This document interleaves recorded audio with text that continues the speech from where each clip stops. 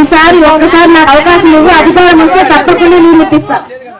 ఎన్నికల ప్రచారం చాలా బాగా జరుగుతోంది. ఏ ఊరికి వెళ్ళినా కానీ సొంత ఆడబిడ్డలాగా ఆదరిస్తున్నారు. అందుకే ప్రజలందరికీ కూడా రుణపడి ఉంటాను.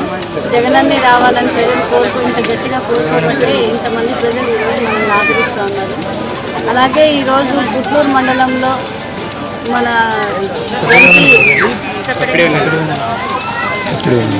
ప్రభాకర్ రెడ్డి గారు నిన్న చేసిన వ్యాఖ్యల గురించి ప్రజలంతా భయాందోళనకు గురవుతూ ఉన్నారు. నీళ్ళు అడిగినందుకు నీళ్ళు ఇవ్వలేదు, ఎంపీ అయ్యండి నీళ్ళు ఇవ్వలేదు, నీళ్లు కావాలని అడిగినందుకు నీళ్ళు ఇస్తారా లేదా అనేది ఆయన ఏం చేస్తారనేది చెప్పాల్సింది పోయి ఇష్టం వచ్చినట్టు తల్లిని కూడా తీసుకొచ్చి బూతులు తిట్టారు. ఇది నిజంగానే ఒక ఎంపీ అయ్యుండి కూడా ఇలాంటి భాష వాడడము, ఈ భాషను అసలు ఎక్కడ పబ్లిక్ మీటింగ్లో ఇంత ధైర్యం ఎక్కడొచ్చింది అతనికి మాట్లాడడము.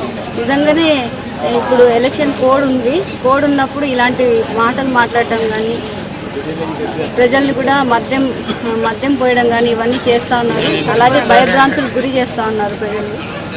నిజంగానే ఈ జేసీ దివాకర్ రెడ్డి కానీ జేసీ ప్రభాకర్ రెడ్డి కానీ వాళ్ళిద్దరూ కూడా ఈ నియోజకవర్గానికి ప్రచారానికి రాకూడదు. నిజంగానే ఎలక్షన్ కోడ్ ఉల్లంఘించారు కాబట్టి, ఎందుకంటే ఫోన్లు చేసి కూడా నీళ్ళు అడిగారని మీటింగ్లో వాళ్ళని ఊర్లో వదిలిపిస్తామని చెప్పి భయపడించడం ఇలాంటివన్నీ చేస్తున్నారు. దయచేసి ఎలక్షన్ కోడ్ ఉంది కాబట్టి చర్యలు తీసుకొని వాళ్ళని రానికుండా ఆపాలని కోరుతున్నాను.